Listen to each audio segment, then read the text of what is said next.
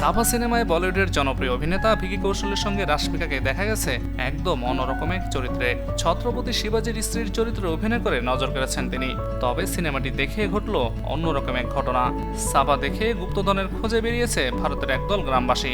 রাতভর চলেছে মাটি খোঁড়াখুড়ি। ভারতের মধ্যপ্রদেশের একটি গ্রামে ঘটেছে এমন অদ্ভুত ঘটনা। ভারতীয় সংবাদ মাধ্যমের খবর, হঠাৎ করেই রাতের অন্ধকারে টর্চ, শাবল হাতে নিয়ে বেরিয়ে পড়েন সেই গ্রামের বাসিন্দারা। বুরহানপুরের আশিরগড় নামের একটি জায়গায় খনন কাজে মধ্যরাতে বেরিয়ে পড়েন তারা। তাদের ধারণা, মাটি খুঁড়ে মুঘল আমলের কিছু স্বর্ণমুদ্রা কিংবা গুপ্তধনের হদিশ মিললেও মিলতে পারে।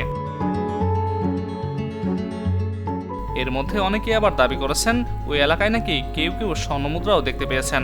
সাফা ছবিতে বুরহানপুরের নাম নেওয়া হয়েছে। দেখানো হয়েছে এককালে মুঘলদের বাস এখানেই ছিল, আর সেখান থেকেই তাদের মনে হয়েছে এখানেই লুকিয়ে রয়েছে মুঘলদের গুপ্তধন। আর এটি জানার পরই যন্ত্রপাতি নিয়ে মাঠে নেমে পড়েন গ্রামবাসীরা। জানা গেছে দুর্গের চারপাশেই একটানা চলেছে খনন কার্য।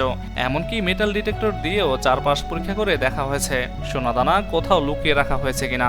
আশিরগড়ের বাসিন্দাদের এহেন খোঁড়াখুড়িতে বেজায় বিরক্ত সেই অঞ্চলের জমির মালিকরা। বিষয়টি কানে যায় প্রশাসনেরও।